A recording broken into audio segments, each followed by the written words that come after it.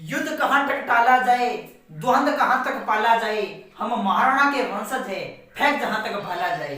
नमस्कार दोस्तों, स्वागत है आप सभी का मुकेश महेंद्र एजुकेशन पर। और दोस्तों आज हम अपने इतिहास के अंदर दोस्तों ठीक है वापस शुरू किए हैं अपने टेस्ट सीरीज। और आज हमारा जो लेसन है दोस्तों अध्याय नंबर 10 उपनिवेशवाद और देहात। उपनिवेशवाद और देहात के दोस्तों 20 ऐसे क्वेश्चन देखेंगे जो आपको यानी इस पार्ट को पढ़ने पर यानी कुछ भी आपको पढ़ना नहीं पड़ेगा, सिर्फ ये 20 क्वेश्चन पढ़ लो और आपके 6 नंबर पक्के दोस्तों।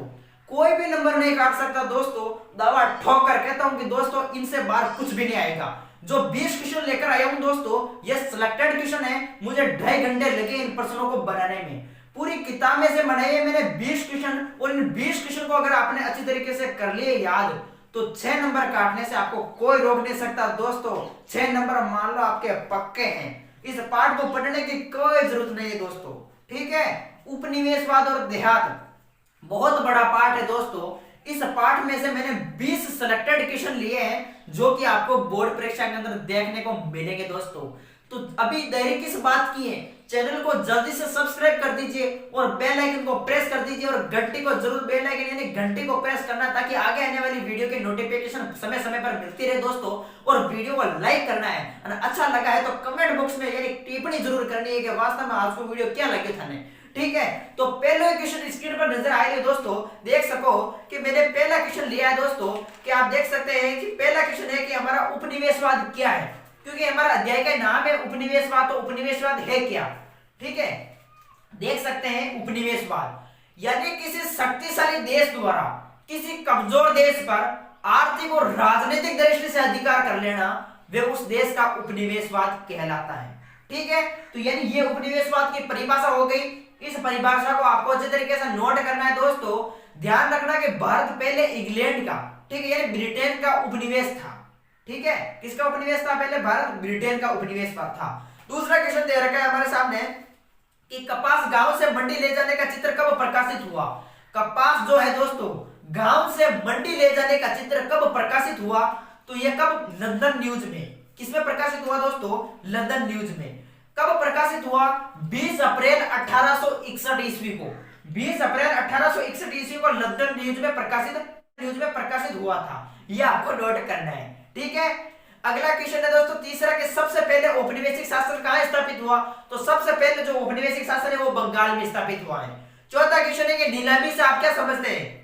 ठीक है, जो नीलामी है इसे आप क्या समझते हैं, तो नीलामी दोस्तों ये आमतौर पर सामान्य सेवाओं को बेचने की प्रक्रिया होती थी जिसे उच्च बोली लगाकर बेचा जाता था। ध्यान रखना नीलामी दोस्तों क्या है, तो नीलामी आमतौर पर सामानों या फिर सेवाओं को यानी उच्च दामों पर बेचा जाता था। ठीक है, बड़ा चढ़ाकर बेचा जाता था उच्च दाम लगाकर, तो उसे बोलते हैं नीलामी। ठीक है, अगला क्वेश्चन है दोस्तों पांचवा कि वर्धमान के राजा के साथ नीलामी की घटना कब हुई। वर्धमान के राजा के साथ नीलामी की जो घटना है वो कब हुई थी दोस्तों, 1797 में, 1797 के अंदर दोस्तों पश्चिम बंगाल में। ठीक है, ये आपको ध्यान रखना है। आगे हमारा छठा क्वेश्चन है दोस्तों, वेरी वेरी इंपॉर्टेंट क्वेश्चन है कि भाई चार्ल्स कॉर्नवालिस कौन था। चार्ल्स कॉर्नवालिस जो है वो कौन था, तो ब्रिटिश सेना का ये कमांडर था और 1793 में इसने बंगाल में इस्तमरारी बंदोबस्त जो है वो लागू किया था। चार्ल्स जो कॉर्नवालिस है ये कौन था, तो ये ध्यान रखना है कि ब्रिटिश सेना का ये कमांडर था जिसने 1793 में यानी इस्तमरारी बंदोबस्त जो है वो लागू किया था। ठीक, और उस समय कॉर्नवालिस बंगाल का गवर्नर जनरल था। सातवां क्वेश्चन दे रखा है दोस्तों कि राजा शब्द का प्रयोग अक्सर किसके लिए किया जाता है, तो शक्तिशाली जमींदार के लिए। किसके लिए दोस्तों, शक्तिशाली जमींदार के लिए। अगला आठवां क्वेश्चन है कि ताल्लुकदार से आप क्या समझते हैं, तो ताल्लुकदार का अर्थ होता है दोस्तों ताल्लुक यानी एक तरीके से किसी के साथ संबंध। ठीक है, किसी के साथ संबंध होना, यानी ताल्लुकदार का शाब्दिक अर्थ है वे व्यक्ति जिसके साथ संबंध हो। आगे चलकर ताल्लुक का अर्थ क्या हो गया दोस्तों, क्षेत्रीय इकाई। ये आपको ध्यान रखना, वेरी वेरी इंपॉर्टेंट क्वेश्चन है। नौवां क्वेश्चन है कि रैयत शब्द का प्रयोग किसके लिए किया गया। रैयत शब्द का प्रयोग, ठीक है, रैयत शब्द का प्रयोग अंग्रेजों के विवरण में किसानों के लिए किया गया। ठीक है, आगे है 10वां क्वेश्चन की अमला से आप क्या समझते हैं। अमला जमींदार के अधिकारी को क्या बोलते हैं दोस्तों? अमला कहा जाता है। जमींदार के अधिकारी को दोस्तों अमला कहा जाता है। वेरी वेरी इंपॉर्टेंट है, नोट करना है। अगला 11वां क्वेश्चन है कि जोतदार किसे कहते हैं? जोतदार जो है वो किसे कहते हैं? तो धनी किसान वर्ग को क्या कहते हैं दोस्तों? जोतदार कहा जाता है। जो धनी किसान वर्ग है उन्हें जोतदार के नाम में जाना जाता है। और ध्यान रखना कि इनका प्रमुख जो ये जोतदार किसका नियंत्रण, किस पर नियंत्रण रखते थे? तो ये स्थानीय व्यापार पर, साहूकार के कारोबार पर और गरीब काश्तकारों पर व्यापक शक्ति का ये प्रयोग करते थे। यानी गरीब काश्तकारों पर यह व्यापक शक्ति का प्रयोग करते थे।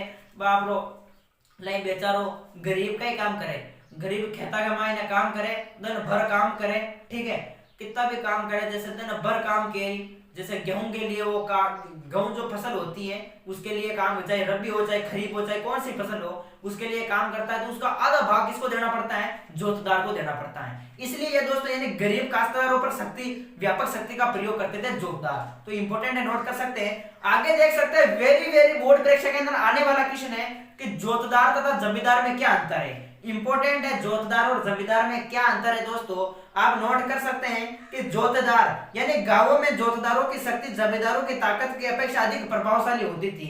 गांवों में जोतदार की जो शक्ति है, गांवों में जो जोतदार की शक्ति है वो जमींदारों की ताकत की अपेक्षा यानी अधिक प्रभावशाली होती। और जमींदार की बात करें तो जमींदार किसी भी भूमि के बड़े या छोटे भाग का स्वामी होता था, ठीक है। और दूसरा आप लिख सकते हैं कि ये गांवों में रहते हैं, जोतदार जो है ये गांवों में रहते हैं और जमींदार जो है ये शहरों में रहते हैं। तीसरा आप लिख सकते हैं कि जोतदार का अर्थ होता है धन्य किसान वर्ग से। इसका मतलब क्या होता है जोतदार का? यानी धन्य किसान वर्ग, पैसों से सब पर। और जमींदार का अर्थ होता है राज्य का संग्राहक यानी अंग्रेजों का नौकर। और जोतदार जो है इसके प्रमुख कार्य गरीब ग्रामवासियों के काफी बड़े वर्ग पर सीधा नियंत्रण कर लेना। और इधर बात करते हैं जमींदार का क्या कार्य है? तो जमींदार का कार्य है कृषि व्यापार का नियंत्रण करना और किसानों से राजस्व वसूल करना। इंपॉर्टेंट क्वेश्चन है दोस्तों कि जोतदार और जमींदार में क्या अंतर है, इसको आप अच्छे से नोट कर सकते हैं। वेरी वेरी इंपॉर्टेंट है। 13वां कि 5वीं रिपोर्ट पर टिप्पणी लिखी। 5वीं रिपोर्ट 1813 में ब्रिटिश संसद में ये रिपोर्ट पेश की गई। भारत में ईस्ट इंडिया कंपनी के प्रशासन तथा क्रियाकलाप के विषय में इसमें जानकारी थी। और ये रिपोर्ट 1002 पन्नों की थी। कितने पन्नों की थी? 1002 पन्नों की। आपको अच्छे तरह से नोट करना है। इसमें जमींदार रैयत की अर्जियां, अलग अलग जिलों के कलेक्टर की रिपोर्ट शामिल थी।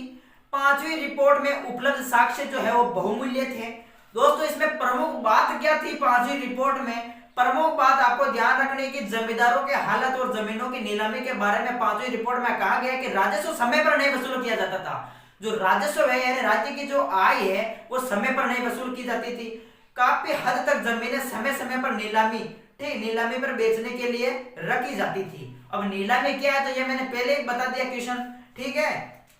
और आगे है 14वां क्वेश्चन कि बेनामी शब्द का क्या अर्थ है। बेनामी शब्द का क्या अर्थ है? तो बेनामी का शाब्दिक अर्थ है दोस्तों गुमनामा, ठीक है। ये भारतीय भाषाओं में इस शब्द का प्रयोग महत्वहीन व्यक्ति के लिए किया जाता है। महत्वहीन का मतलब किसी का कोई महत्व ना हो। बेनामी तो आप भी जानते हैं 25-26 जो भी लड़के हैं उसमें से 2 लड़के होशियार हैं और दोनों के आपस में टक्कर होती है, तो यानी दोनों आपस में एक दूसरे को कहते हैं कि यार ये ज्यादा पढ़ रहा है, ये ज्यादा पढ़ रहा है, इसका मतलब बेनामी कर रहा है। बेनामी का मतलब यहाँ पर गुमनामा से है। यानी भारतीय भाषाओं में इसका प्रयोग दोस्तों किसके लिए किया जाता है? महत्वहीन व्यक्ति के लिए जिसका कोई महत्व ना हो, ठीक है। अगला है दोस्तों 15वां क्वेश्चन के लाठीयाल शब्द का क्या अर्थ है। तो लाठीयाल शब्द का अर्थ होता है वे व्यक्ति जिसके पास लाठी या डंडा हो। लाठीयाल नाम हो तो 4 के वास्तव में लाठी वे सके या फिर डंडो वे सके। तो लाठीयाल शब्द का यहाँ पर अर्थ है लाठी या डंडा होना, ठीक है, जिसके पास लाठी हो या डंडा हो। तो ये कुल मिलाकर 15 क्वेश्चन हो गए। फिर आगे हमारा 16वां क्वेश्चन दे रखा है कि बुकानन कौन था। जो बुकानन है वो कौन हियो भाई? तो राजनीतिक, दार्शनिक तथा चिकित्सक था।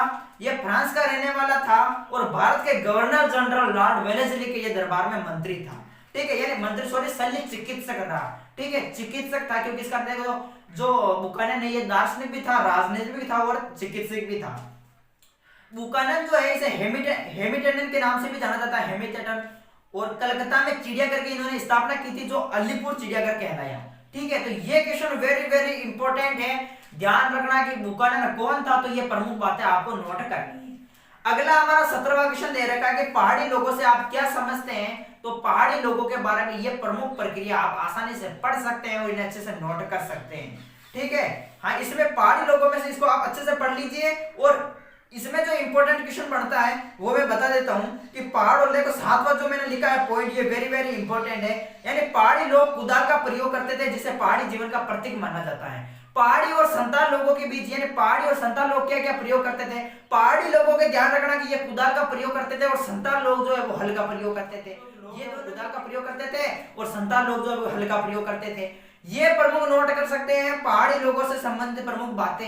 अब बात करते हैं संताल लोगों से प्रमुख बातें कि संताल लोगों से आप क्या समझते हैं। तो संताल लोगों में से संबंधित ये प्रमुख बातें आप नोट कर सकते हैं और इसमें विशेष बात तो ये है संताल लोग हल का प्रयोग करते थे। ये प्रमुख आप नोट कर सकते हैं क्योंकि वीडियो लंबा हो जाएगा इसलिए मैं आपको कह रहा हूं।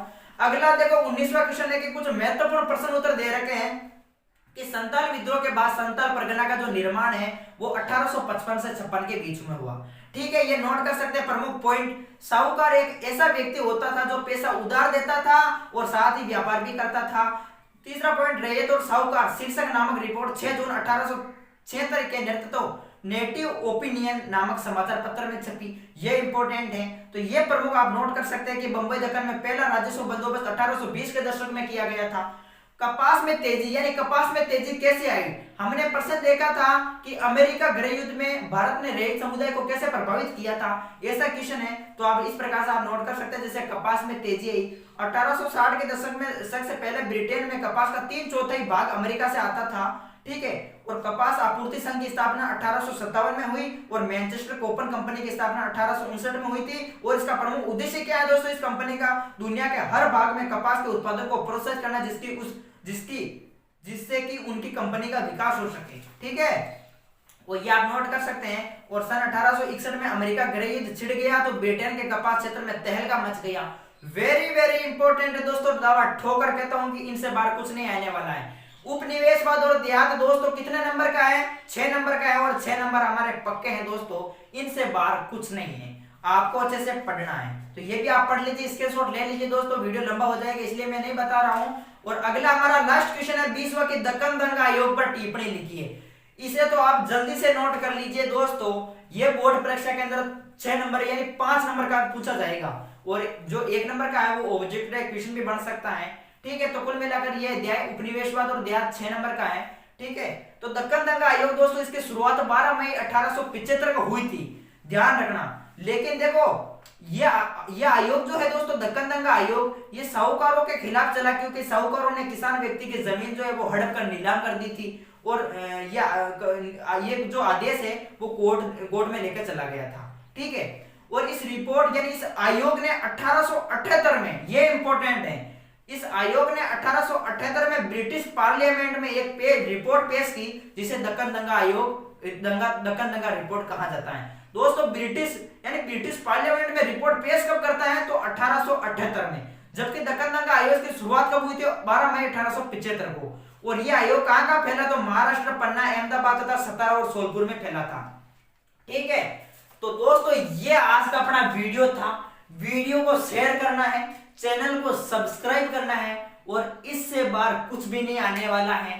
दुआ ठोकर कहता हूं कि 20% जिसने पक्के कर लिए वो बोर्ड परीक्षा के अंदर 6 नंबर लाएगा, पूरे में से पूरे नंबर। और दोस्तों लगे रहना है तैयारी का मायने, ठीक है, नहीं चिंता नहीं करनी है। सब दोस्तों था सामने 20 तरह के मायने में जरूर इंपॉर्टेंट क्वेश्चन लेके आ जाऊंगा। आपको सिर्फ मेहनत करते रहना है, याद करते रहना है और चैप्टर को समझते रहना है। ठीक है, तो जय हिंद, जय भारत, वंदे मातरम।